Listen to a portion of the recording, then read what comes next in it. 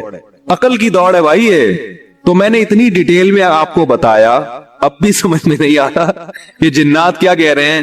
انا لا ندری، ہمیں نہیں پتا، اشر ارید بمن فی الارض، کے زمین والوں کے ساتھ شر کا ارادہ کیا گیا ہے، ام اراد بہم ربہم رشدا، یا رب نے خیر کا ارادہ کر لیا ہے. تو کتنی تمیز ہے جنات میں ہے وہی.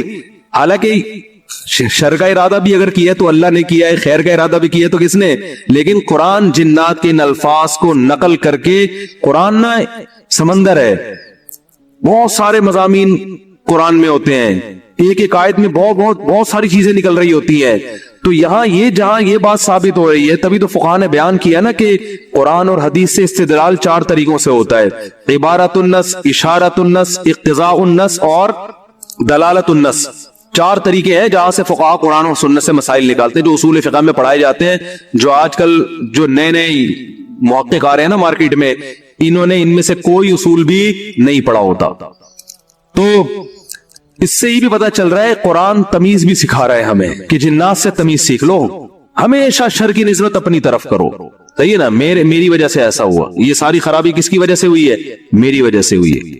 بھائی میری کوئی کوتاہی ہے جس کی وجہ سے شکست ہوئی ہے. جیسے غزوہ احد میں شکست ہوئی تو صحابہ نے تو اپنے آپ کو جھونک دیا تھا، شکست ہو گئی تو قرآن نے کیا کہا؟ تمہاری وجہ سے ہوئی ہے. ٹھیک ہے نا؟ تم نے پیغمبر کی اس معاملے میں اطاعت نہیں کی. صحابہ نے یہ نہیں کہا واہ ہم مدینہ چھوڑ کر آ گئے پیغمبر کے لیے.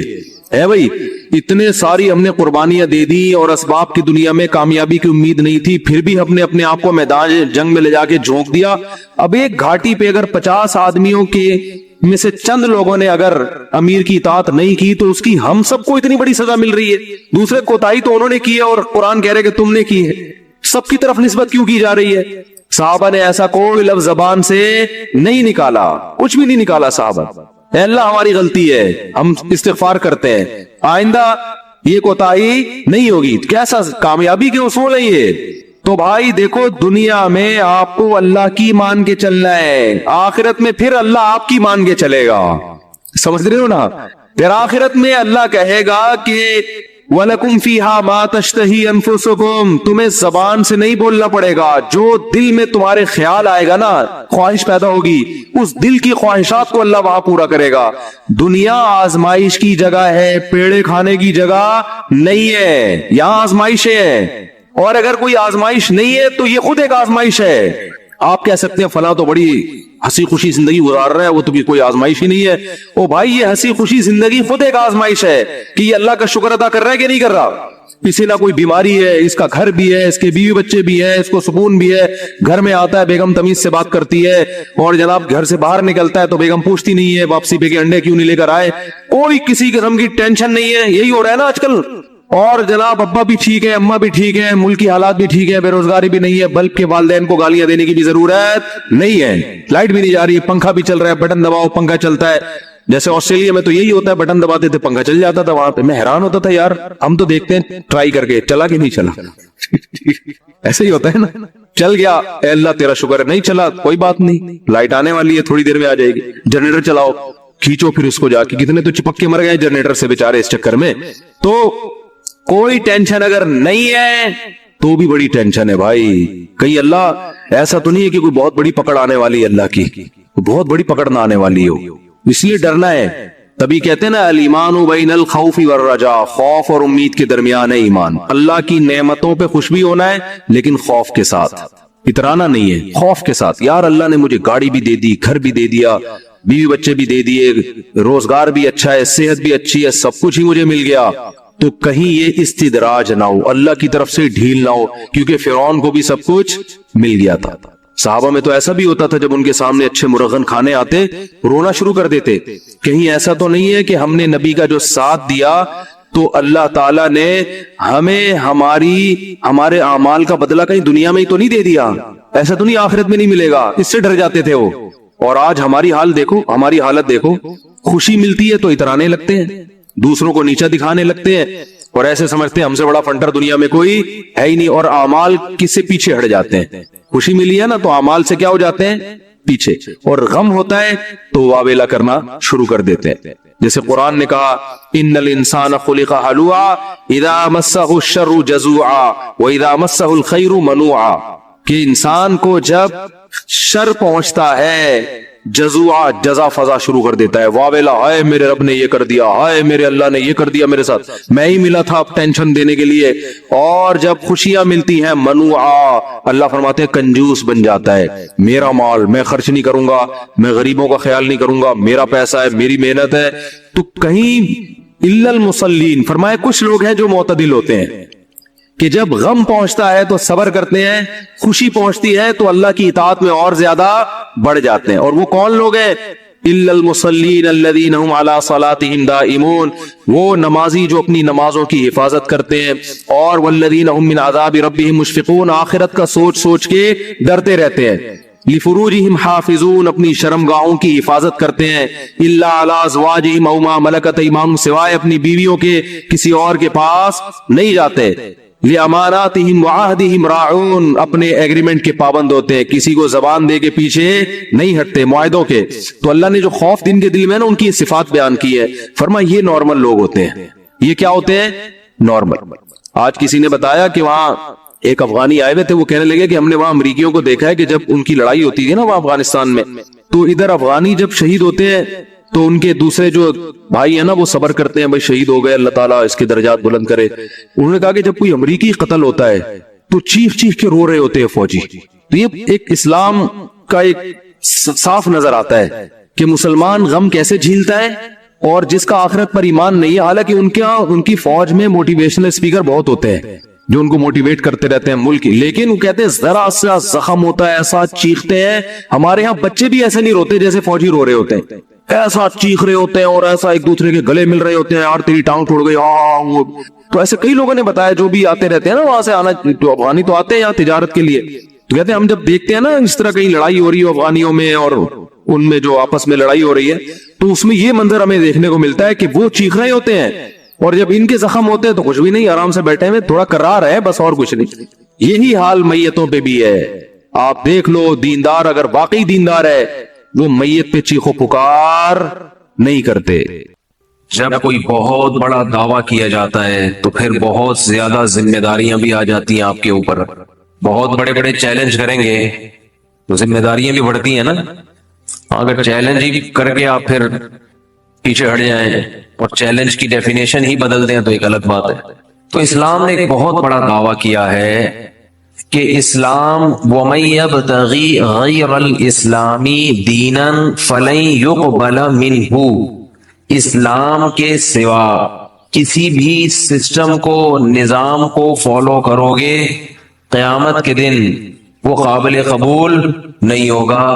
وَهُوَ فِي الْآخِرَةِ مِنَ الْخَاسِرِينَ, ایسا شخص آخرت میں تباہ و برباد ہو جائے گا. تو یہ ایک اس بات کی علامت ہے کہ اسلام کا جو دعویٰ ہے وہ بہت بڑا ہے, کیونکہ دنیا میں کوئی اور سسٹم یہ دعویٰ نہیں کرتا, وہ لچک رکھتا ہے. ہر ملک کے اپنے قوانین ہوتے ہیں, وہ کہتے ہیں بھائی یہ ہمارے رائے میں یہ ہے, لیکن ان کو ایسا اصرار نہیں ہوتا کہ ان کے علاوہ سب کیا ہے, بولتے کیوں نہیں غلط ہے. بھائی ٹھیک ہے, برطانیہ کا یہ لا ہے, امریکہ کا یہ ہے, فرانس کا یہ ہے, وہ اپنے کلچر ان کے حساب سے صحیح ہے, وہاں رہیں تو وہاں فالو کر لیں, آپ ادھر رہیں تو یہاں کو فالو کر, تو لچک ہے نا. اچھا, دنیا کے جو دوسرے مذہب ہیں ان میں بھی لچک ہے. ہندو اگر عیسائی ہو جائے تو کوئی اتنا بڑا مسئلہ نہیں ہوتا ان کے یہاں, ٹھیک ہے چلتا ہے بھائی. ہر آدمی کی فل سوچ ہوتی ہے, ہر آدمی کی اپنی تھنکنگ ہوتی ہے, مذہب پہ جبر نہیں کیا جا سکتا. عیسائی اگر کوئی مذہب قبول کر لے ٹھیک ہے بھائی, لیکن اسلام میں لچک بولیں نہیں. اسلام کہتا ہے اسلام ہی ہے, مسلمان ہی بننا پڑے گا, ادروائز آخرت میں قبول بولو بھائی نہیں, یہ نہیں چلے گا. ان الدین عند اللہ الاسلام, اس کائنات کو پیدا کرنے والے کی نظر میں صرف ایک چیز چلے گی, وہ کیا ہے, بولو بھائی اسلام. اچھا, اسلام نے یہ بھی دعویٰ کیا کہ صرف ایک ہی ہے, باقی سب باطل. اور پھر اسلام نے یہ بھی بتا دیا کہ اسلام کے نام پہ جو مختلف دکانیں چلیں گی ان میں بھی ایک ہی صحیح, بہت مشکل ہے بات سمجھانا، بہت مشکل ہے جی، کوئی مشکل نہیں ہے، لیکن پھر سمجھ میں کیوں نہیں آ رہا؟ یعنی پریکٹیکل لائف میں عملاً سمجھ میں نہیں آ رہا، عمل سے لگتا ہے کہ سمجھ میں آ نہیں رہا۔ تو ایک تو اللہ نے دعویٰ کیا کہ صرف اسلام، بس اور کچھ بھی نہیں، اور یہ بھی بتا دیا نہ دنیا میں کامیاب ہوگے نہ آخرت میں، کہیں بھی نہیں ملے گی کامیابی۔ جس کو ہم کامیابی کہتے ہیں نا، آپ لوگ سمجھتے ہیں، لوگ سمجھتے ہیں، آپ لوگ کا تو میں نہیں کہہ سکتا، جو بھی سمجھتا ہے وہ کامیابی ہے نہیں، وہ تو پیسے کو اور صحت کو کامیابی سمجھ لیا ہے، تو یہ تو ہر ایک کو ویسے ہی نہیں ملتی، اس کا مطلب بہت سے انسان ناکام ہو کے رہیں گے، تو یہ تو ویسے ہی غلط ہو گیا نا۔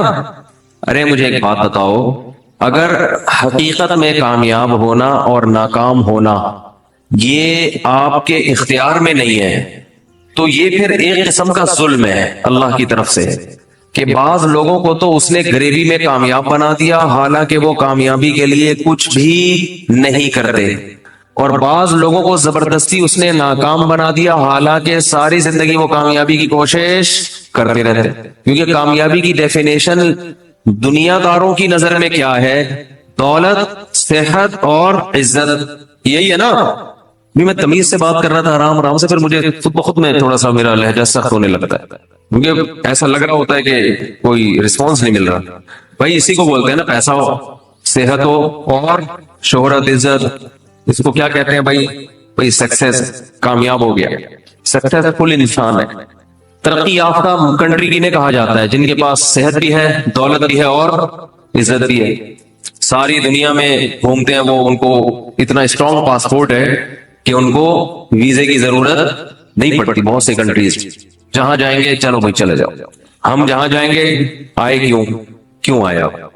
کیا اپنے ملک میں سکون نہیں مل رہا تھا؟ کرونا پھیلانے آئے ہمارے ملک میں، 10 قسم سے پہلے تو ویزا ہی نہیں ملے گا، ابھی گرے لسٹ میں ڈالا ہوا ہے، اللہ کرے دوبارہ وائٹ میں آ جائیں، ورنہ بلیک میں جانے کے خطرات ہیں، اللہ نہ کرے 2-4 دھماکے ہو گئے، اللہ نہ کرے گئے بلیک میں، تو کوئی عزت ہی نہیں۔ کیا خیال ہے بھائی؟ اسی طرح لوگوں کی بھی حالت ہے، کچھ لوگ بےچارے کامیابی کی کوشش کرتے، اچھا کامیابی کی جو ڈیفینیشن چل رہی ہے مارکیٹ میں اس کے حساب سے بات کر رہا ہوں، دنیا اس کو مانتی ہے، اس کو کیا کہتے ہیں؟ کامیابی۔ اچھا اس کامیابی میں ایک بہت بڑا فالٹ ہے، اگر اس کو ہم کامیابی کہتے ہیں، بڑا فالٹ یہ کہ انسان کے اپنے اختیار میں نہیں ہے۔ یہ دولت کی خواہش ہر ایک رکھتا ہے اور تقریباً کوشش بھی سبھی کرتے ہیں، ملتی ہر ایک کو بولو نہیں، بلکہ الٹا بعض لوگوں نے دولت کی کوشش کبھی بھی نہیں کی ہوتی، پھر بھی ٹھیک ٹھاک پیسہ بولو نا مل جاتا ہے، ٹھیک ٹھاک پیسہ مل جاتا ہے ان کو، ابا سے مل گیا، وراثت میں مل گیا، ویسے ہی لاٹری لگ گئی، جوا جیت گئے، جوئے میں کوئی ان کی اپنا کوئی مہارت نہیں تھی، بس پانسا ادھر کو آ گیا، بہت سے محنت کرتے کرتے زیرو ریزلٹ، اور بہت سے، اچھا موت تو ایسی چیز ہے نا بغیر اطلاع کے آ جاتی ہے، آپ کامیابی تک پہنچنے والے تھے، مر گئے، سب ختم۔ تو اگر کامیابی اس کو کہتے ہیں تو اس کا مطلب یہ ہوا کہ دنیا میں اندھیر چال چلائی ہوئی اللہ تعالیٰ نے، معاذ اللہ۔ جیسے کوئی گورنمنٹ ہو، اس نے کوئی اصول اور ضابطے نہیں بنائے کہ کس ملازم کی تنخواہ کتنی ہوگی، کس کی کم ہوگی، کس کی زیادہ ہوگی، کس کو بینیفٹس کم ملیں گے، کس کو زیادہ ملیں گے، بھیڑ چال ہے، پرچیاں ڈالی جاتی ہیں، جس کا نام پہلے آ گیا اس کی تنخواہ 1 کروڑ روپے ہوگی، جس کا نام دوسرے نمبر پہ آیا اس کی 50 لاکھ ہوگی، جس کا نام تیسرے نمبر پہ آیا اس کی 20 لاکھ ہوگی۔ یہ حساب چلے گا تو اس گورنمنٹ کو لوگ گالیاں دیں گے کہ نہیں دیں گے؟ کیا بھائی کوئی کرائٹیریا نہیں ہے، کوئی معیار ہی نہیں ہے بھائی، بکل میں چل رہا ہے حساب کتاب، تبھی تو دے بھی رہے ہیں گالیاں لوگ، کیونکہ چل ایسے ہی رہا ہے، کوئی معیار ہی نہیں ہے۔ تو اگر یہ سب کچھ اتفاق سے ہو رہا ہے، کچھ لوگ صحت کا بالکل بھی خیال نہیں رکھتے، پھر بھی ہٹو بچوں صحت دیکھو آپ ان کی۔ ایک صاحب نے بتایا میرے نانا گٹکا بھی کھاتے ہیں، پان بھی کھاتے ہیں، سگریٹ بھی پیتے ہیں، اور کوئی پرہیز کبھی دیکھا نہیں، 80 سال کے رکشے میں خود سفر کر کے جاتے ہیں۔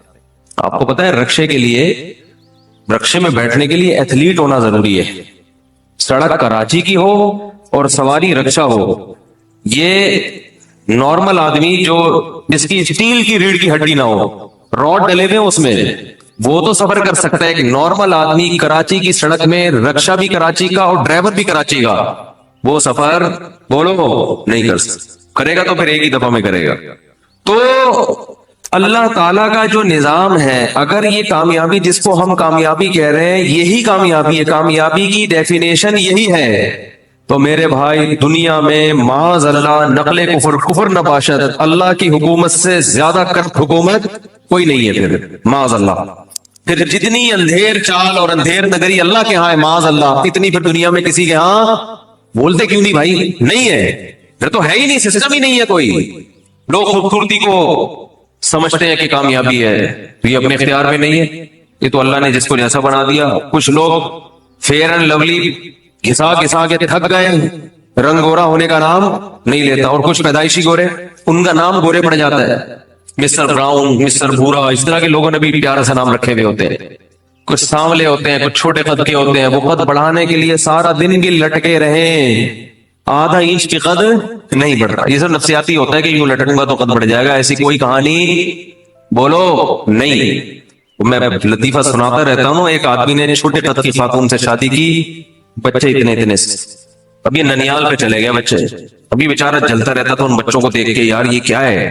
تو ایک دن اس کی بیوی جو تھی وہ ان بچوں کو کھانا کھلا رہی تھی، کہہ رہی تھی کھانا کھاؤ بڑے ہو جاؤ گے، تو یہ جل کے کہتا ہے یہ بڑے نہیں ہوں گے، یہ بڑے نہیں ہوں گے، یہ اتنے کے یہ اور چھوٹے ہو جائیں گے۔